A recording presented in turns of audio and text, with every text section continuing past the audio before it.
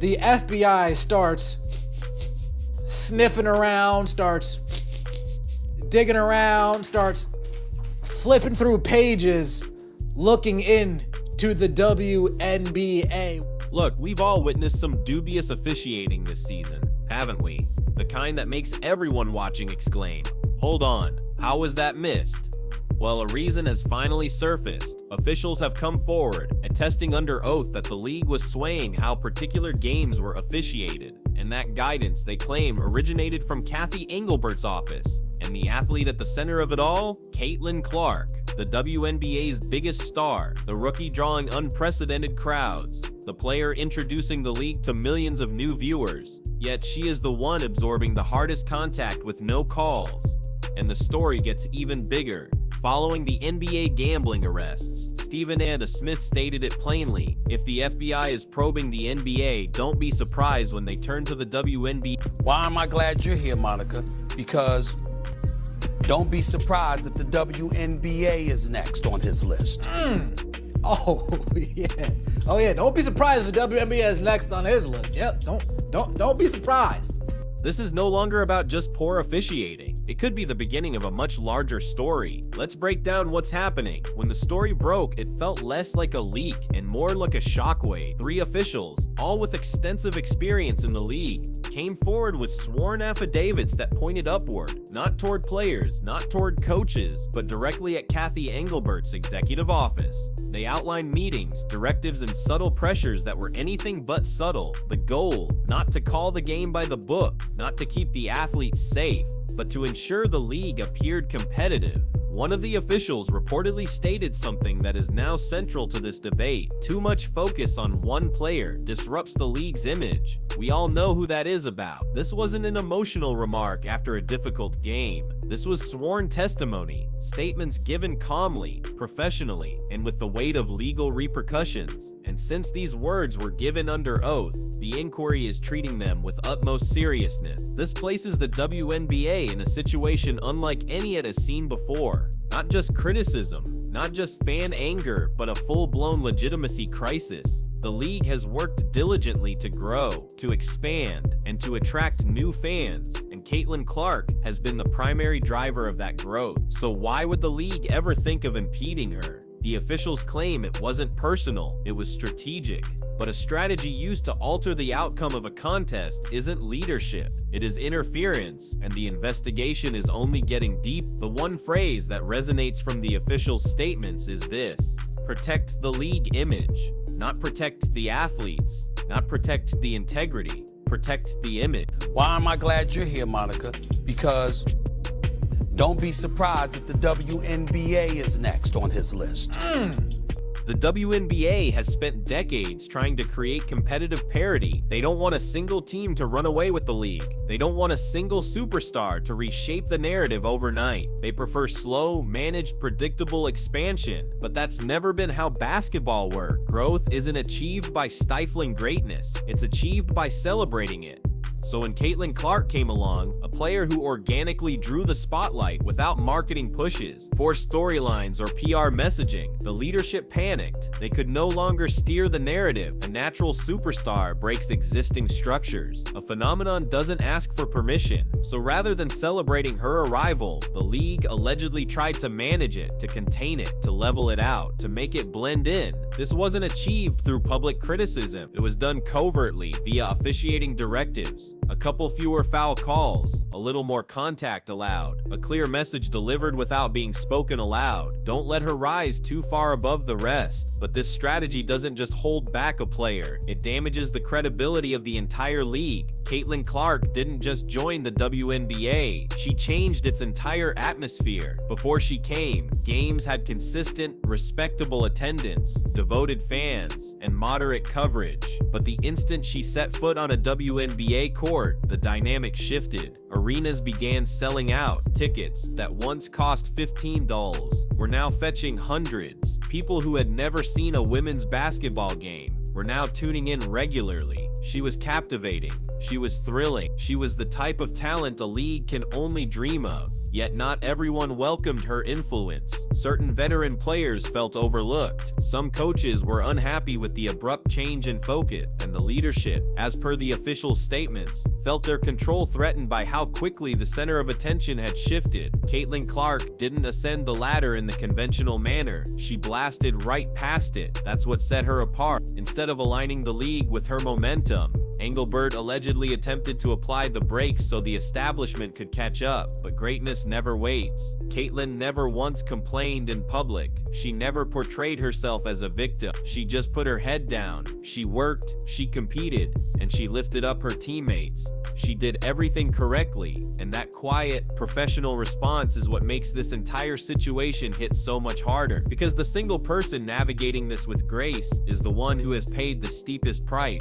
Anyone who watched Caitlin Clark play could feel that something was amiss. The fouls against her weren't standard defensive plays. They were full-on collisions, forearm shoves, hip checks, and pushes away from the ball. While physicality is a component of basketball, this was different. This felt permitted. The officials now state they were instructed to let them play when it came to Clark, to permit more contact on her drives to the basket, and to not stop the flow of the game with foul calls. But these guidelines weren't applied uniformly across the league. She was the only one playing under these rules, and that changes everything, because there is one sacred rule every player relies on when they take the court. The officials will ensure their safety. When that trust is violated, everything is jeopardized: careers, health, and the very integrity of the sport. All the while, Cathy Engelbert sat courtside, smiling, looking composed, confident, and untroubled, as if none of this was transpiring right in front of her. The implicit message was clear. Even if unspoken, she'll be alright. The league values balance more than it values player safety. But a league doesn't expand by holding back its most luminous star. A league expands by protecting its stars. Parity is a wonderful concept in theory. Every team gets a fair shot. Every game is competitive. Every fan base has hope, but parity is meant to emerge organically through smart drafting, coaching, player development, and team culture. It should not be manufactured by influencing the officiating. The officials are now saying the quiet part out loud. The league did not want one runaway star to monopolize the headlines. They didn't want a single franchise to become the league's entire identity. They did not want the WNBA to seem like it revolved around a single individual, but sometimes it does. The NBA had Michael Jordan. The NFL had Tom Brady. Tennis had Serena Williams. Soccer had Lionel Messi. When a sport finds a generational talent, the league elevates them because they elevate the entire sport. But rather than championing Clark's ascent, Engelbert allegedly sought to dilute it, to disperse the attention, to maintain league balance, even if the on-court product was anything but balanced. Greatness is not always equitable. Greatness is disruptive. True fans embrace that. But if the league was truly interfering to maintain an artificial balance, then what we were all watching was not just basketball, it was a performance. And now that the illusion has been shattered, the league can no longer hide behind its preferred image. What started as quiet frustration among fans and analysts has now evolved into a formal investigation. The testimonies from the officials were not just filed away, they were escalated, corroborated, and reviewed seriously by investigators who specialize in corporate ethics. This is no longer about a few blown calls in high-stakes games. This is about whether the league's highest office influenced outcomes that should only be decided by the players on the hardwood. That is a type of accusation that extends far beyond the world of basketball. Investigators are now focused on several critical questions. Did league executives directly convey their officiating expectations to referees? Were officials specifically instructed to permit more physicality against Caitlin Clark? Were particular teams or players given preferential treatment to uphold an image of competitive balance?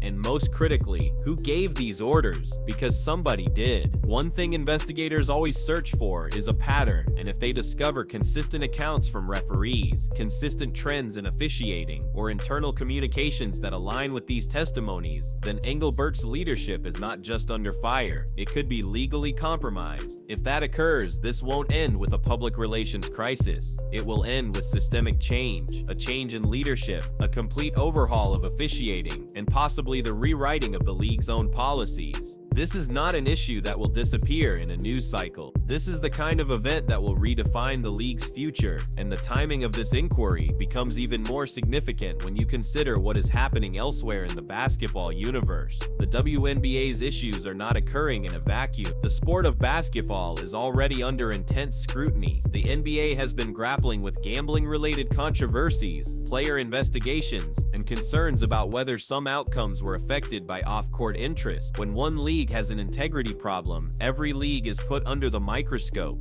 That is how oversight functions. So now, when investigators observe questionable officiating in WNBA games, sworn testimony detailing game management from the top, and a sudden explosion of public concern, they don't view it as a coincidence. They view it as a potential pattern. This is no longer merely a WNBA image problem. It is a basketball image problem, and protecting the sport is more important than protecting any one commissioner. Herein lies the irony. Cathy Engelbert presented herself as the great stabilizer, the leader who brought structure, marketing expertise, corporate sponsors, and greater visibility to the WNBA. And she did, in fact, grow the league's finance. But if that stability was built by secretly manipulating the product on the court, then it wasn't true stability, it was control. And that distinction is crucial, because leagues don't build trust through ad campaigns or press conferences. They build trust through fair competition. And at this moment, that trust is hanging by a thread. When Stephen A. Smith discusses a topic on national television, the conversation shifts in scale. It elevates from sports talk to a national issue. And when he pointed out that no sports league is immune to integrity threats, including the WNBA, he made one thing perfectly clear.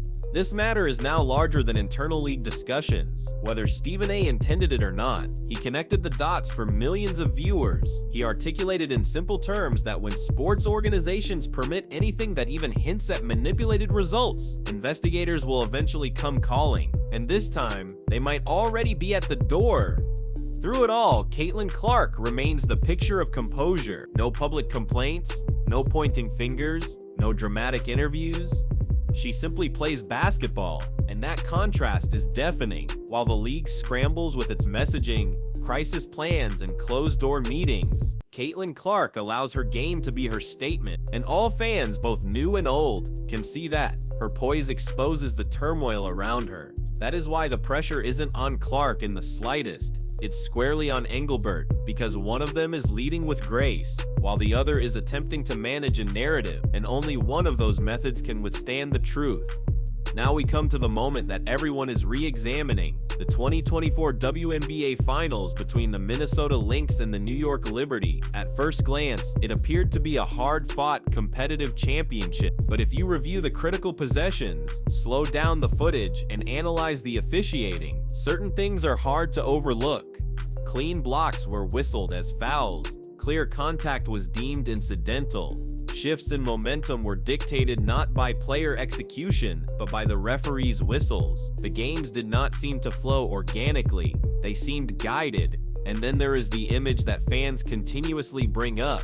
Cathy Engelbert sitting courtside in a New York skyline dress during the finals. It was not neutral. It was not subtle. It was not appropriate for a commissioner who claims to be an impartial leader. A commissioner must never show any alignment with one team, not in symbols, not in words, not in their attire, but Engelbert did. And now that testimony from officials alleges that leadership might have influenced officiating. That dress is no longer just a questionable fashion decision. It becomes part of the context, and context can change everything. If investigators analyze that final series with the referee testimony in mind, it could become the primary example of how Engelbert allegedly tried to engineer the league's competitive image. Because when the narrative is placed above fairness, the product ceases to be a competition. It becomes a presentation. Now, the WNBA is at a crossroads that will shape its path for decades to come. This is no longer about a single player, it's no longer about a single series, and it's no longer about a single commissioner. This is about, do the fans trust that they are watching a legitimate competition? Do the players trust that they will be kept safe when they step on the court? Do the coaches trust that games are decided by performance, not by influence? If the answer to these questions becomes no, then the league has a fundamental crisis. So, what comes next? If the investigation substantiates these officials' claims, Engelbert will almost certainly face removal or be forced to resign. The entire officiating program will require a complete overhaul. Transparency will need to be a mandatory policy, not just a buzzword, and the league must learn to celebrate, not stifle, the very players who elevate it. And this is the most important part. Caitlin Clark never requested any of this. She didn't ask for special privileges. She did not complain. She did not point fingers at anyone. She just played the game. And the league's duty was to protect her, not to use her as a pawn for league balance. So now the question falls to the fans, the players, and the WNBA itself. Should Cathy Engelbert continue in her role, or is it time for a leader who will protect the sport instead of just its image? If you believe that integrity matters, then the path forward is already obvious. The league does not need silence, it needs accountability, and that accountability must begin now.